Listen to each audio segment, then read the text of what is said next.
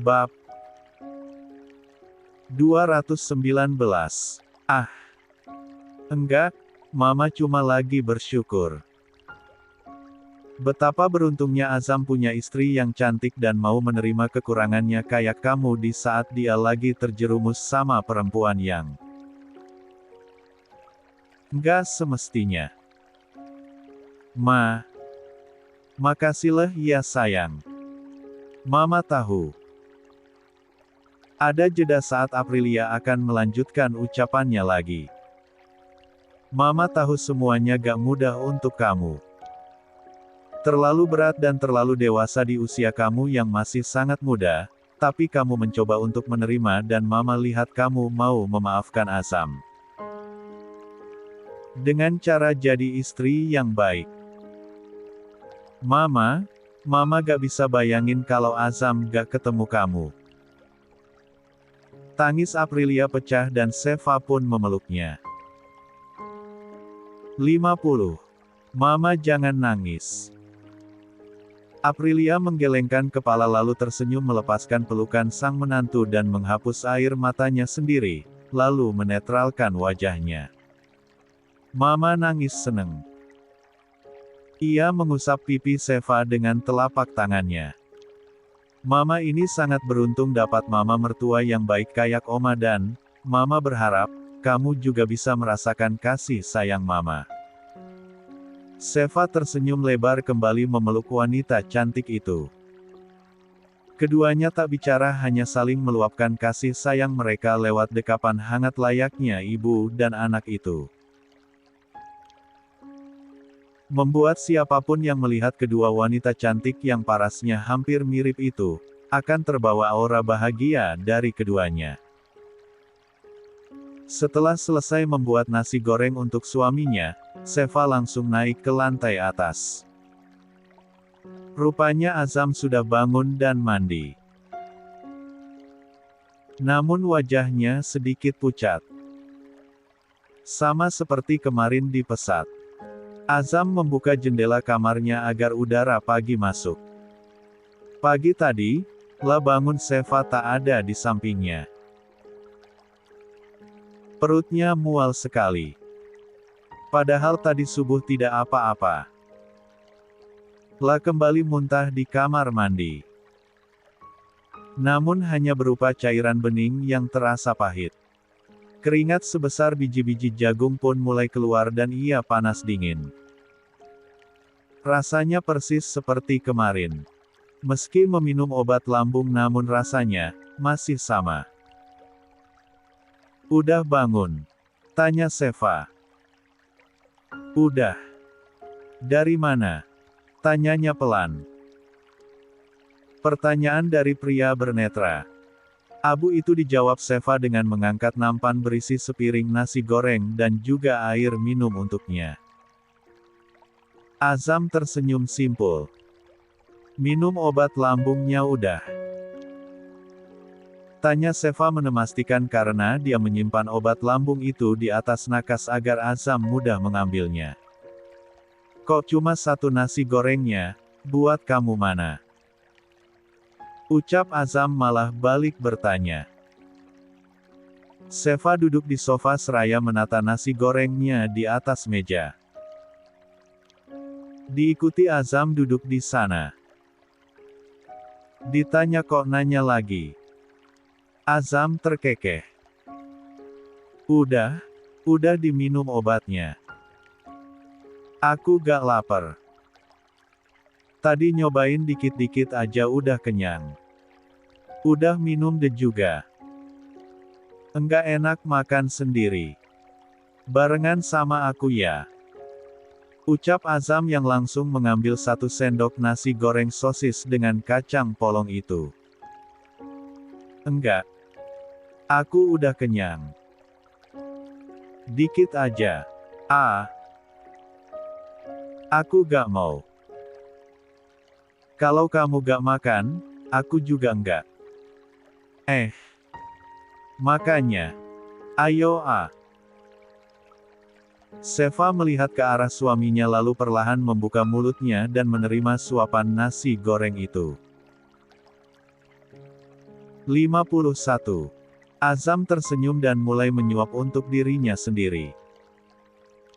Beberapa kali seperti itu. Udah, aku kenyang. Cek, baru 3 sendok.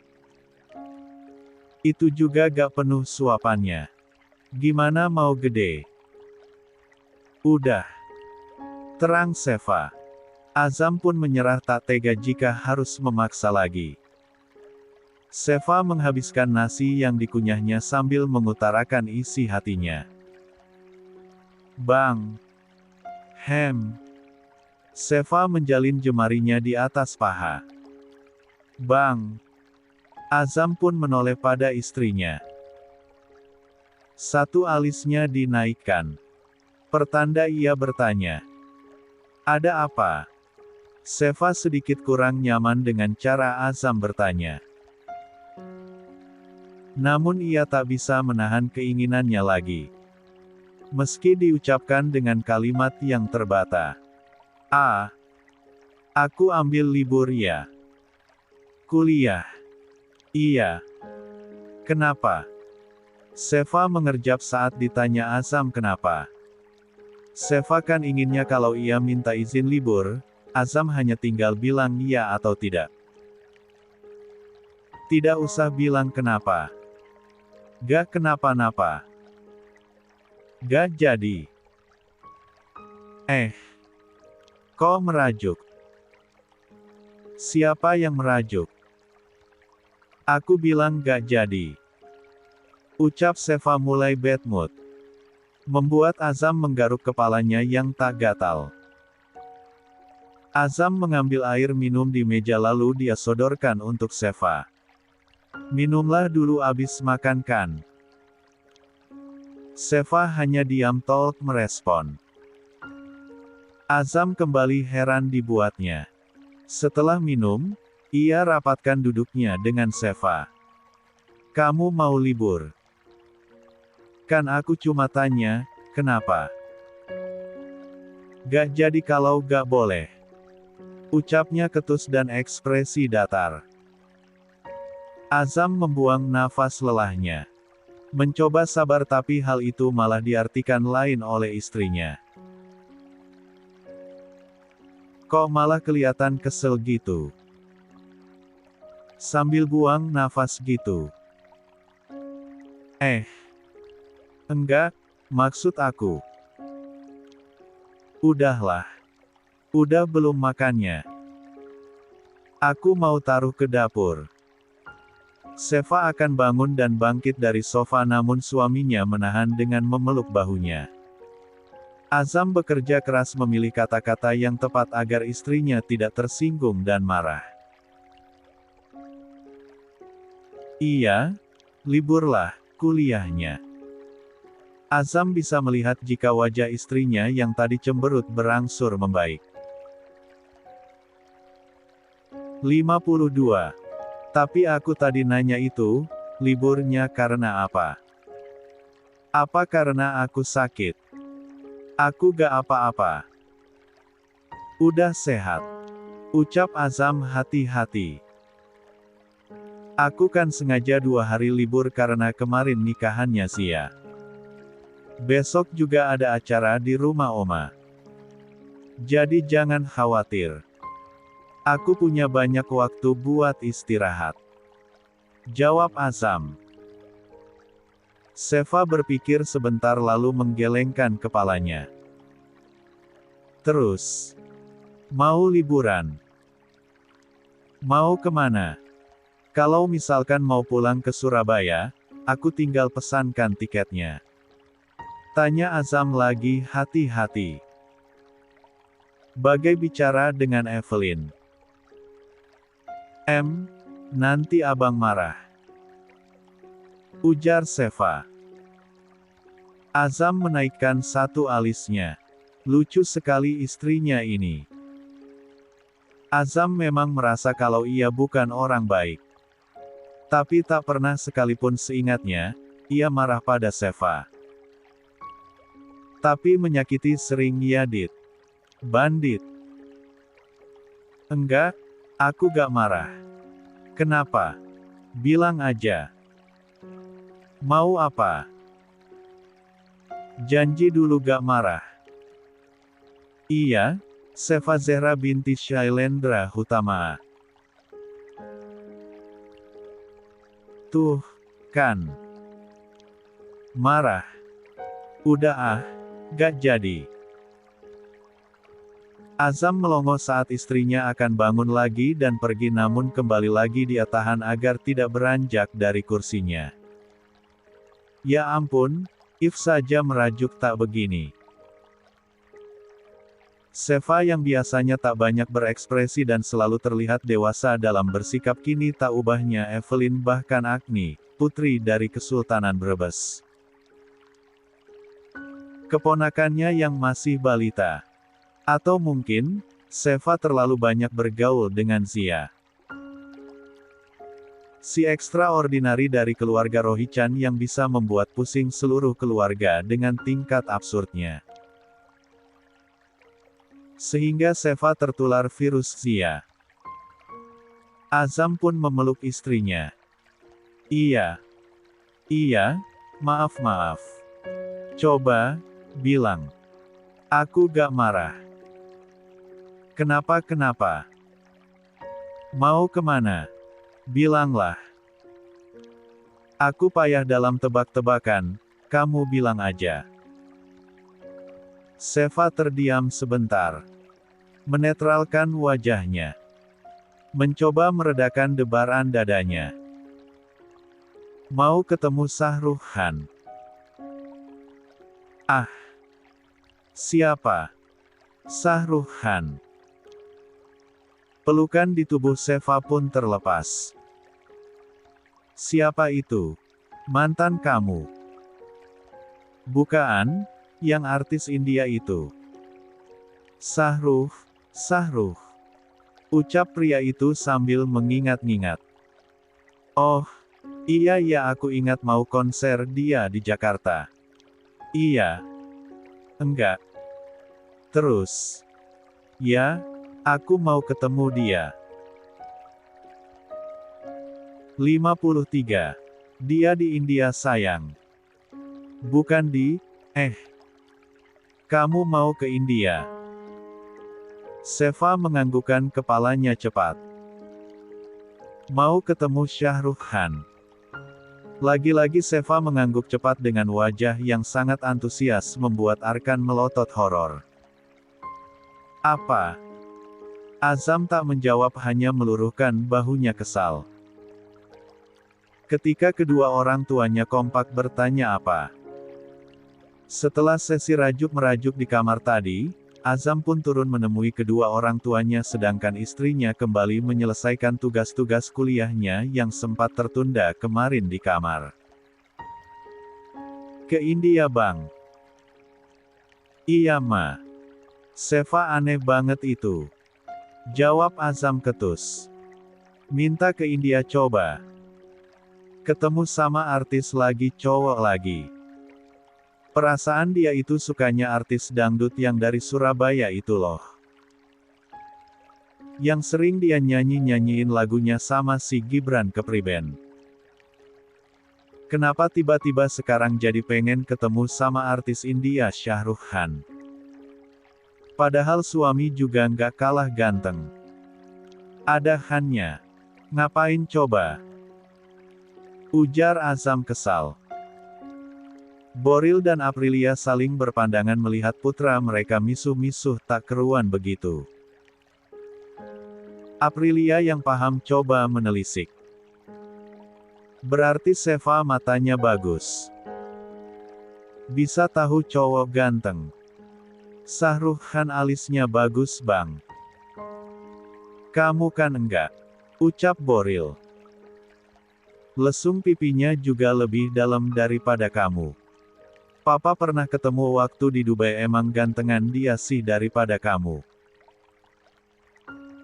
Mas. Boril malah tertawa dibuatnya. Sedangkan sang putra langsung cemberut. Aprilia lalu menoleh pada Azam. Mumpung lagi libur, ajakin ke dokter gih bang. Ma, Seva itu mau ketemu sama Syahrukh Khan bukannya mau ketemu sama dokter. Cek, maksud mama bukan itu. Coba kamu bawa Seva ke dokter kamu tes dia positif hamil atau enggak. Azam mengerjakan netranya. Ia terkejut dengan apa yang dikatakan oleh sang ibu. Hamil. 54. Seva. Sapa Azam pada istrinya saat ia masuk kamar lagi. Seva yang sedang membaca buku Taj Mahal An Incredible Love Story itu menoleh sebentar pada suaminya lalu melanjutkan membaca lagi. Iya? Apa? Ajakin ke dokternya pelan-pelan. Ikut abang yuk. Seva segera menutup buku yang sedang dibacanya. Kemana? Ke India. Tanyanya antusias. Vrindavan lagi. Jangankan ke India. Kemana aja abang turutin. Tapi kita ke dokter dulu ya. Seva terkejut karenanya. Abang kenapa? Sakit. Seva langsung menaruh bukunya di atas nakas lalu turun dari sofa. Kini keduanya berdiri saling berhadapan. Mau periksa?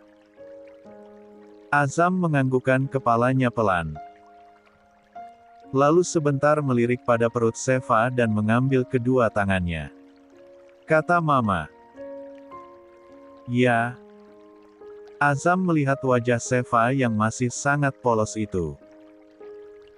Demi apapun ia baru 17 tahun. Masih sangat muda.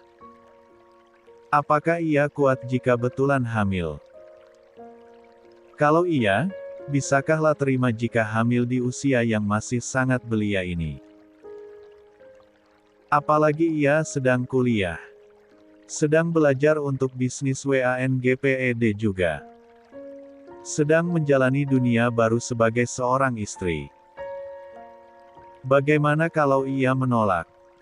Bagaimana jika ia tidak siap? Azam sangat bahagia jika seandainya ia memiliki keturunan di usia mudanya ini. Tapi Seva, mampukah ia terima? Kata mama apa? Tanya Seva. Kata mama anterin ke dokter. Jawab Azam pelan. Ya udah, ayo kita ke dokter. Aku ambil tas dulu. Ungkap Seva. Ke dokter kandungan. Tanya Seva saat mereka menunggu di depan ruangan dokter di mana pintu itu bertuliskan Dr. Anifasep. 0G. Iya sayang. Jawab Azam. Seva meneliti suaminya. Mereka sudah sampai di rumah sakit Pondok Indah Bintaro Jaya. Dengan Azam yang menyetir sendiri Rolls-Royce culinan warna hitam. Mobil baru milik Seva pemberian papa mertuanya, Boril Rohichan. Di ruang tunggu sebelum dipanggil oleh perawat setelah sebelumnya membuat temu janji. Tapi yang Seva herankan adalah kenapa mereka menunggu dokter kandungan. Bukankah Azam menderita penyakit asam lambung? 55. Kenapa gak ke dokter spesialis gastroenterologi? Yang praktek hari ini, Dokter Obgyn. Jadi ya ke dokter ini ajalah sekalian USG perut. Jawab Azam terbata-bata. Seva makin curiga dengan suaminya lalu menelisik lebih tajam. Kalau buat periksa lambung itu pakai endoskopi bang bukan USG. Lupa ya bang, kalau istrinya pintar. Ya, iya. Aku sengaja bawa kamu ke dokter kandungan buat tes kehamilan. Azam sedikit meninggikan nada bicaranya pertanda bahwa dia agak gugup memberitahu hal yang sebenarnya pada sang istri takut kalau Seva marah dan pergi dari sini tidak mau diperiksa. Ia lalu menoleh pada istrinya. Ingin tahu reaksi Seva. Seva meluruhkan bahunya. Ia lalu melihat ke arah perutnya sendiri. Duh, kenapa jadi deg-degan gini? Monolog Azam.